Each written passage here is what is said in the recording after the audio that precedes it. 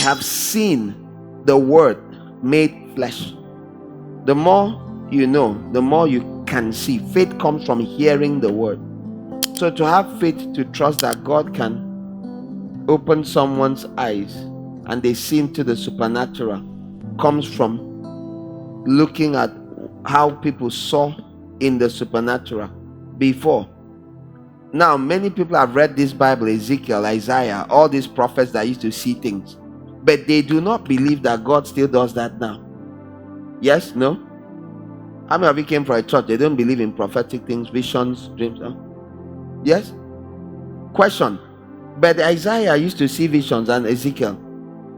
The God here used to show Moses things. Yes? How come they don't believe it, even though it's all over the Bible? One of two things. They don't read the Bible. They only read small portions that they are given. Two, a school, a person has taught them. When you come across these kinds of things in the Bible, don't believe it applies to now. Jesus is not the same yesterday, today. Somebody, it's always somebody. A school, a group, an organization, a church, people that have told you, you see that thing you see there, only one or two are for you, the rest are not yours. So what a child or someone that has never heard of a Bible school before would believe after reading the Bible is completely different from someone that is under the influence of a semi-unbeliever posing as a teacher of the word. People have gotten Bibles and they didn't have anyone to instruct them, and they read it, and people go there and they are having mighty revival. God is moving powerful. And they ask, how do you know? I saw it in the Bible. I believed it, so we did it. New Christians who don't know what cannot be done and that have been told this is possible have seen many miraculous things. Then as time passed, someone came and told them, come on, you know, God does not do this again. Bam! It kills something inside them. The spirit called unbelief, one of the worst demons they can be.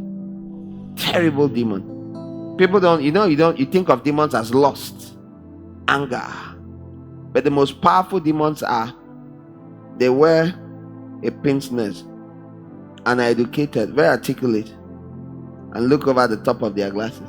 The worst kinds of demons. Brain demons, intellectual demons. The worst. The other one, is a demon. See how the man is behaving. It's demons. This old man, he has demons. The guy is running after smugglers. No, it's not normal. We know it's demons. But this other one looks very refined.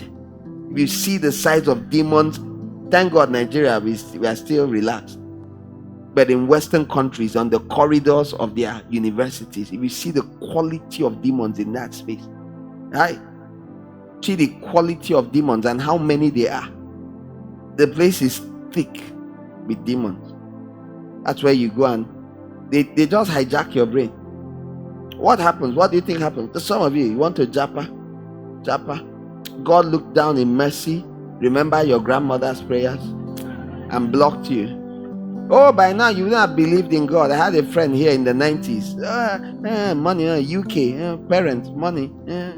Goes and comes back and says there's no God. So the small God he took to UK came back without him. Shay, if I stayed in Nigeria, I'd gone to UNU. Shay, UNU. Shay, they have been going to church Sunday, Wednesday. Now went somewhere, what was out of the country? Out of the country, out of your head, out of sense, out of everything good. Now we've lost you. So we have to understand that intellectual spirits are very dangerous. They are the ones that, so you're here, you're hearing me, some of you, and you admire that spirit. Don't. Denounce it completely. Never be envious, ever, of someone who knows Greek and Hebrew and does not know the God behind the Greek and Hebrew.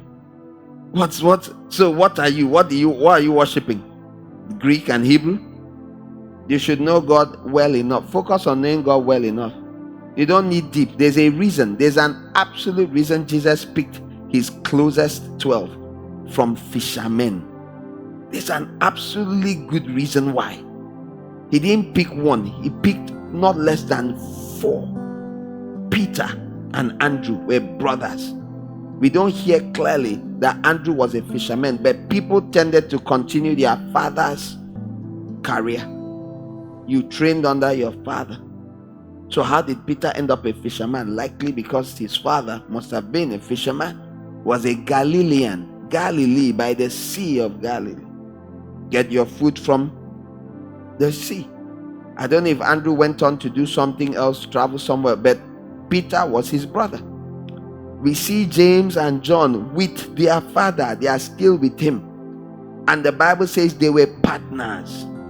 So 3 to 4 of Jesus' disciples were fishermen. What we are sure of about the rest, we know about Matthew. He works in internal revenue. IBB. That's where Matthew was working. He was working in tax office. That was his job. That's where he was working. He had money because people that take tax tend to have money. They give them commissions. The more they can tax, the more commission they get. They don't just get a salary. That's the motivation. Even here, even in all your cities. So when you're begging and saying this man is very wicked, you don't understand. No, if he doesn't, when you pay the tax, he has a cut inside it. You should know that. So we know about Matthew. The rest, what is it we are sure of that is in the Bible? We are sure they did not go to a seminary, because the people around them said they did not go. These guys don't have degrees in theology. We are sure of that. So he picked them from everywhere except the seminaries. Why? He didn't need minds that have been corrupted by confusion. Now look at how tricky the devil is. He comes to you, a perfect candidate for Jesus to send to his own school, and tells you you haven't gone to school, and you leave your pure, perfect for Jesus to use state and head off in the direction, let me go and get corrupted. Jesus, I'm coming. I'll come and serve you. No. Why he came to you was because you were clean. When you hear of a person like Charles Finney, the little education he had theologically, he got from a man whom he sat with and would argue with the man. He didn't go to a school. He didn't go to a theological. Why do you think he was considered among the greatest evangelists ever? Why do you think when he preached, 80%, it is said, of all those who were converted under his preaching stayed converted? And Billy Graham, Rehab Bonke, the majority of all the evangelists you know, said, not someone saying, they say that only about 5% of the people that get saved in their crusades stay saved. 5%. 5. Do you understand? That means if 100 people come out to give their lives to Jesus with tears, only about 5 remain. The rest backslide. But with Finney, about 80% or so will stay saved. Why? Because he was not talking empty words. He studied because they would be told the Presbyterian church that was the prevailing influence in America, might not even let you preach if you don't get something. According to the time, he was a lawyer. He sat down, studied the word. He would sit with this minister who had qualifications and talk with him. But you can be assured, when he went out to preach, that one, he was just doing it for his license to preach. He did what God was working inside him from reading his Bible. Other preachers went to hear him. One preacher sat down, listened to him, and said, I understand Finney. Finney does not preach. He talks. That's what a preacher said about Charles Finney. One of the greatest turners of men to God they have been in the last 300 years. He said he talks. He doesn't preach, because they were trained to. And the Lord came. He didn't do that. He talked. He used normal language, like Igbo, like weed. The trained one will say, and the use of cannabis, sativa, is highly discouraged. He will say, equivalent today, says, some of you smoke Igbo. That's how Finney used to preach. Go and read his autobiography. You can hear. He talks normally. He talks in the language of the common man, the uneducated, normal. That's how Finney was.